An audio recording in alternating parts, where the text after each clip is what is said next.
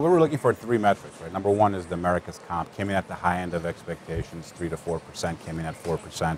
China, even though they were, below consensus at 1%, buy-side fears were as low as negative 1%. So really, the big beat was on China.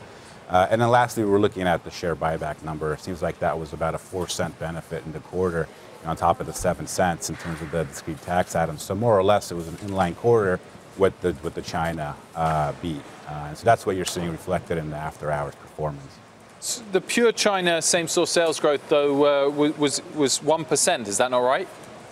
It was 1%. Consensus was 1.5%. But the buy-side fears were as low as negative 1%. There had been a couple of trips to headquarters recently. A lot of investors had come back feeling very nervous about that China number, including thinking that it could be a negative number. So the fact that it was actually positive 1 was better than the buy-side fears.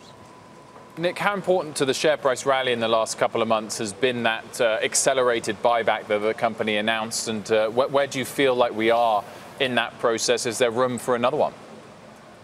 Well, we basically bought back greater than 5% of the market cap 2 quarters in a row here. We should end that in February, and so I think we're going to be back down to something in that $1 billion to $1.5 billion run rate sequentially, whereas we've been well over $3 billion per quarter now in the last couple of quarters. February will likely end latest March. So going forward, I think that becomes a little bit of a removal of one big support. Nick, how important is the competition piece of the story? I mean, we're hearing about more and more of it in China, but also you're seeing more of it here in the U.S. I mean, you can point to McDonald's, you can also point to Dunkin', who's getting more aggressive with their cappuccinos, et cetera. Well, competition is a very big deal. That's why we're seeing the transactions, stay flat.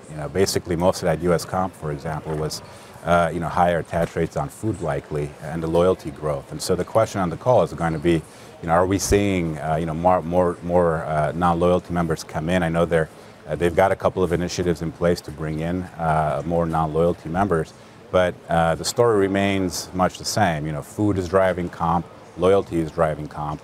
And the comp isn't coming from anywhere else, despite some of these other initiatives. And so the focus is going to revert back to how do we change the comp story a little bit, because the food, even though it's benefiting the comp, it's actually hurting margins as the mix shifts to food. And so we got to figure out a way to get the beverages to contribute a little bit more as well.